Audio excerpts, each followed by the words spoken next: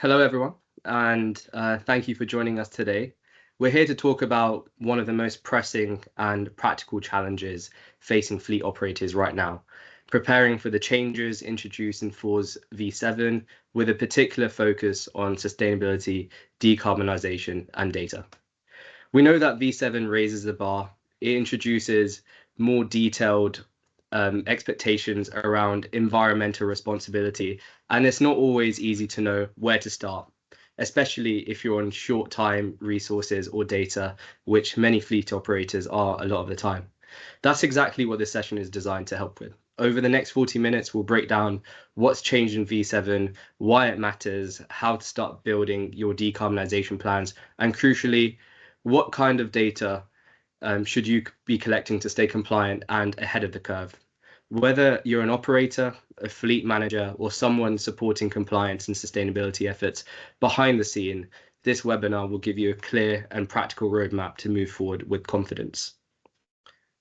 So DEKRA were established in 1925. We're a FORS affinity partner.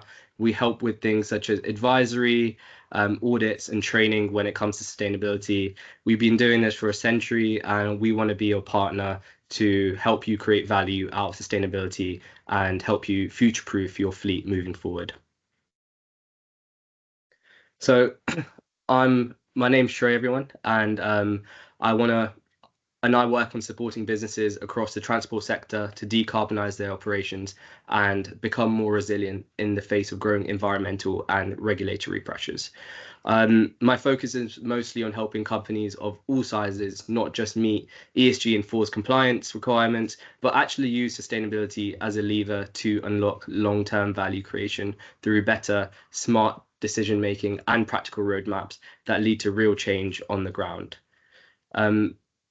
Has William Yes, joined, Holly? I have indeed. Thank you, Shrey. A couple of Teams issues this morning, but good to be here, everyone. My name is William Saper. I'm the Head of Sustainability Services at DEKRA in the UK and Ireland. We are the Sustainability and Decarbonisation partner at FORS, and we're very proud of that. We've been doing sustainability for a century, as Shrey said. I've been working in sustainability in the transportation sector and logistics sector for about a decade plus. I've helped a variety of companies, both big and small, across the sector achieve their sustainability goals. Very happy to be here today, here to answer any questions and tips. And Shrey will be taking you through the webinar today from the team with his hands-on experience really working with local operators. So very excited to be here. Yeah, contact details on screen if you want to get in touch. But Shrey, over to you. Yeah, thank you, William. So first of all, let's take a closer look at why these changes in FORS V7 really matter for operators. So firstly, we're seeing a shift. This version introduces a much more structured, evidence approach to decarbonisation and sustainability. And it's not just about having good intentions anymore. It's about proving impact. So you'll notice the new and strengthened requirements across the board, such as G3, which is a decarbonisation strategy, as well as S10, are fundamental to the new V7. It includes a fresh expectation for emission strategies, staff travel behavior, and even how we all contribute to wider industry engagement. But it doesn't just stop there. FORS has also timed up areas such as fuel quality monitoring, AdBlue tracking, anti-idling practices, and also emissions reporting. So these are areas where many operators haven't historically had strong data for, and that's going to be a challenge. So it feels like a step up, but that's because it is. And these changes are designed to align your operations with growing regulatory pressures, customer expectations, and wider ESG disclosures. And the key takeaway is the more effectively you can track, manage, and report this kind of data, the better positioned you'll be to not just comply, but to also cut costs, secure tenders, and future-proof your business. You can be a real pioneer in the industry and be a sustainability leader. So carbon has become a core part of FORS V7 as well, not just for audits, but for customers and regulators too. And it's no longer a tick box exercise. It's about proving impact, as I mentioned before. So at DEKRA and FORS, we talk about the 3 Rs, which are record, reduce, and report. That means capturing fuel and mileage data properly, setting realistic reduction plans, and reporting it in a structured, audit-ready way, which will help you achieve your FORS audit, potentially silver, gold, or even bronze. So FORS now checks for data quality and senior sign-off, so getting this right also matters. And our sustainability readiness package includes a full CO2 calculation and decarbonization module. And we offer expert support when you need it. It's designed to help you get more confident with your carbon strategy, no matter where you're starting. So you can be, it doesn't matter where you are on your journey, we are here to help you.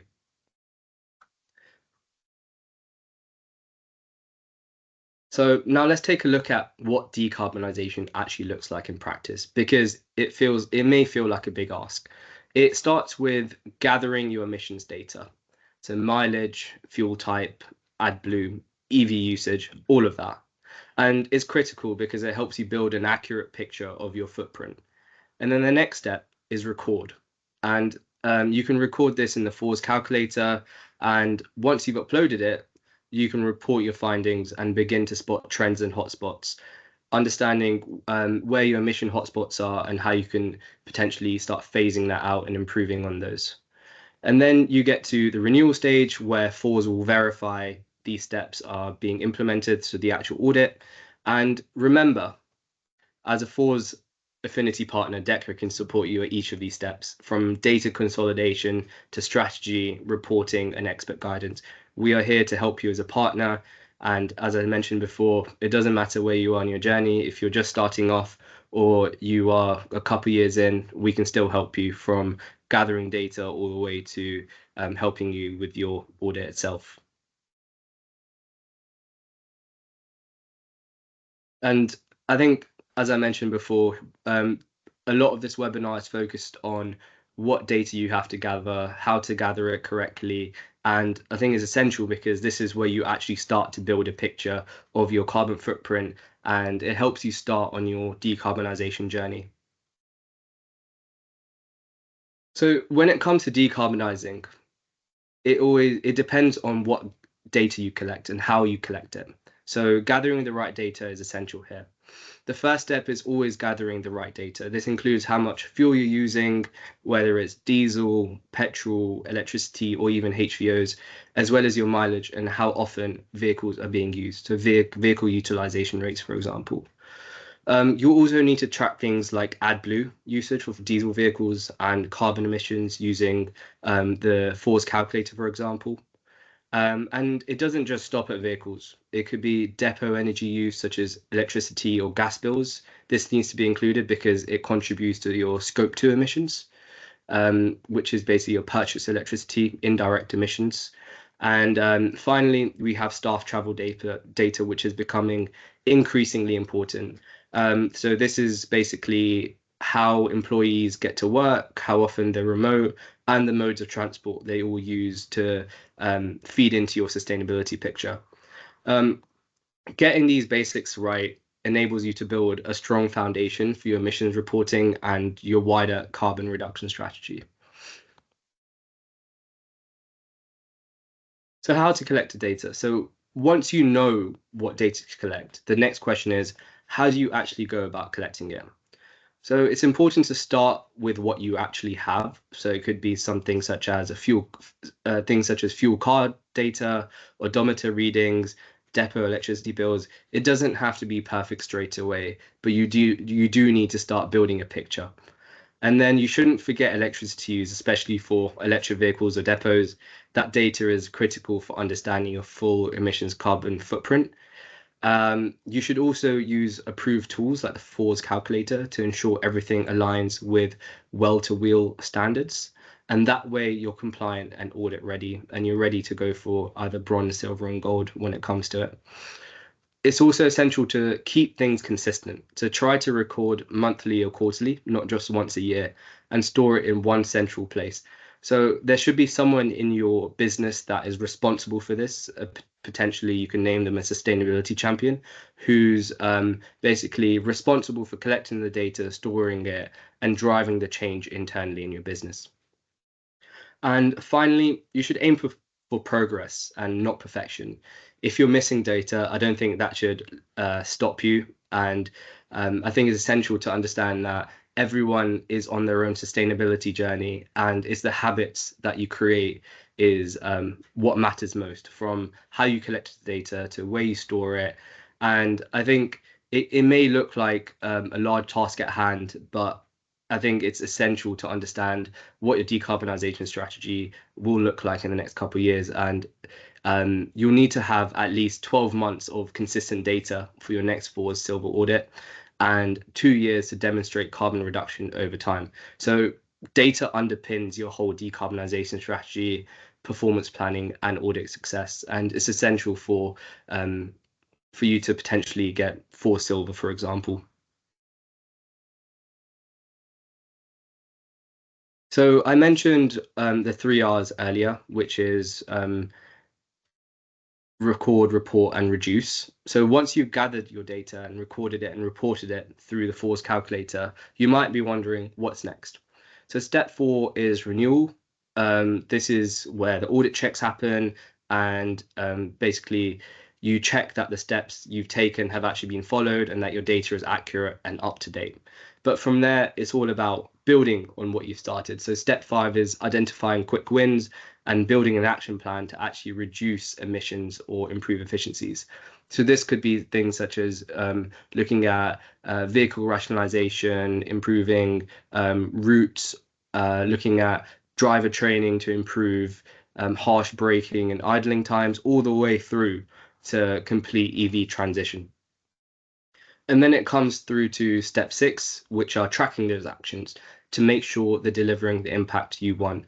So setting smart targets, understanding what your KPIs are. For example, it could be percentage increase in number of EVs in your fleet, or it could be percentage reduction in carbon emissions in the last year. So just understanding what your KPIs are and how you're improving on them year on year. And finally, step 7 is including your whole team. So decarbonisation isn't just a one-person job. It needs buy-in across your drivers, your fleet managers, your directors. Everyone in your business should play a part in achieving long-term sustainability, and everyone should have a role assigned to them and responsibility in driving sustainability in your business. So when it comes to decarbonising and getting ready for FORS V7, this isn't something that one person can tackle alone, as I mentioned before. So fleet managers are at the centre. They track mileage and fuel across operations. Drivers also play a key role here too, especially in logging AdBlue usage.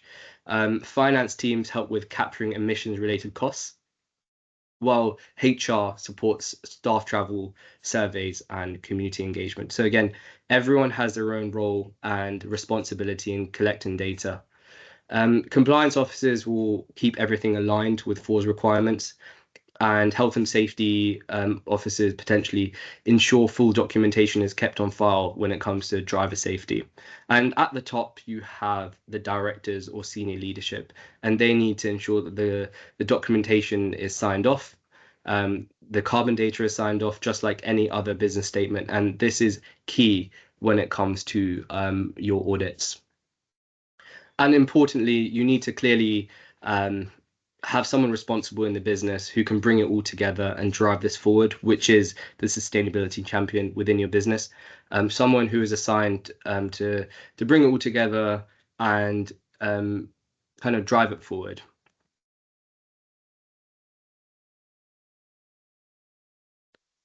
So the next question is, who's actually responsible for providing it? So fleet managers will typically collect the operational data, things like fuel usage, AdBlue levels, and mileage. And drivers can help fill in the gaps here too. And then you have the finance team who contribute on emissions-related costs, and they're also involved in staff travel data. HR is key for staff travel data as well, how employees get to work, whether they are using sustainable options or working remotely. And then the compliance officers is where the audit really happens. So they check the data, they match it to FOR's guidelines, and they prepare for an external review. And the idea is this gets all pulled together and signed off at the senior level. So the director or the responsible lead has to make sure it's accurate and audit ready.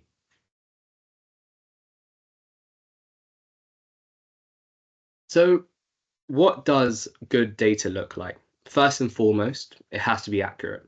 It has to come from reliable sources like fuel cards, telematics, or invoices. It needs to reflect real usage, not guesses or rough estimates, for example.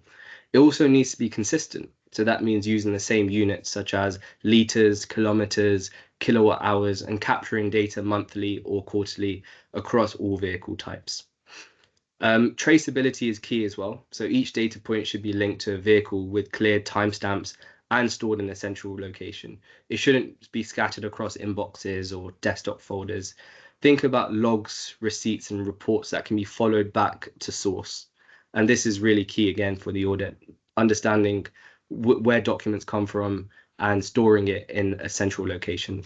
And finally, it needs to be compatible with the FORS emission calculator or similar tools. So this ensures that your data can be used for performance tracking, target setting, and meeting audit expectations.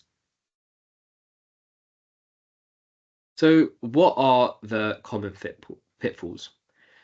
So fuel data is based only on spend. This is a common pitfall that some operators may come across. So you can fix this by tracking liters or kilowatt hours as emissions, and they should be calculated from volume and not just cost. Again, as I mentioned before, documents should be stored in one central location rather than multiple storage locations. And the responsible sustainability champion within your business should be responsible in knowing where this is all stored and what documents are sourced from where. And data should be collected quite regularly as well. So don't rush your data collection. It should be collected potentially on a monthly basis or a quarterly basis to ensure that you don't rush your data collection and ensure that you have everything in place for the audit well in time. You should also ensure that your business is responsible, has responsible parties and roles assigned to people within the business. So assign backup support and make roles clear and ensure that people in the business understand what their responsibility is when it comes to data collection or logging, or drivers could potentially, they should know their role in logging AdBlue, for example, and the directors should be responsible for signing the documentation off before the audit. So just everyone should understand what the roles are. And then you should also take on board guidance from experts if you are stuck. I know that the FORS V7 has a lot more sustainability requirements compared to the V6, and that's where experts like DEKRA, as well as our readiness tool, helps you align more closely to the regulations and helps you get audit ready. So experts are always here to help you on your journey and help you build a roadmap moving forward.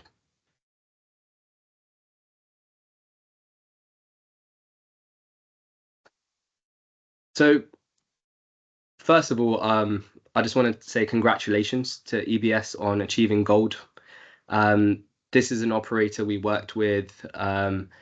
They started in their journey for decarbonisation, and they went through our full FORS V7 readiness process, which included tailored sustainability assessments, e-learning modules covering ESG as well as carbon reporting. And crucially, they had access to DEKRA experts for support when it comes to documentation and decarbonisation planning. And by following this roadmap, they delivered approximately £180,000 in savings and identified 17 quick wins through third-party validation. They not only aligned with the SBTi and ISO standards, but they also achieved the FORS Gold certification under V7. And this shows that FORS V7 isn't just about compliance. And when it's done right, it creates a clear return on investment while positioning them as a sustainability leader in the transport sector. At Decra, we offer guided, easy-to-use online platforms that walk you through the sustainability journey step by step. It starts with the training modules covering key areas of V7, from carbon reporting and ESG strategy to understanding how to realize long-term value. Next, we carry out a full assessment of your sustainability performance using the same lens that auditors will apply, helping you identify gaps and prepare properly. And this isn't just about ticking boxes, it's about delivering against the core requirements in the FORS V7 decarbonisation plans, ensuring you have the right quality of data, ensuring that it's been signed off by the right person, and you are closely aligned to what is required when it comes to the V7 audit. And the end goal is a more confident and successful audit backed by real understanding and practical support from Decra experts. So the FORS V7 tool is a tailored service we've built to help operators benchmark where they are across ESG themes, and they get a clear understanding on what needs improving. You'll receive a readiness score, a full review of your current documentation, and a detailed roadmap showing exactly where the gaps are, whether it's fuel data, emission plans, or policy coverage. It's fully aligned with the latest UK and FORS requirements, and it's designed to help you get ahead of audits and prove real impact. You can book your assessment with us for just £425, and it's a great way to make sure your operation is on the right path.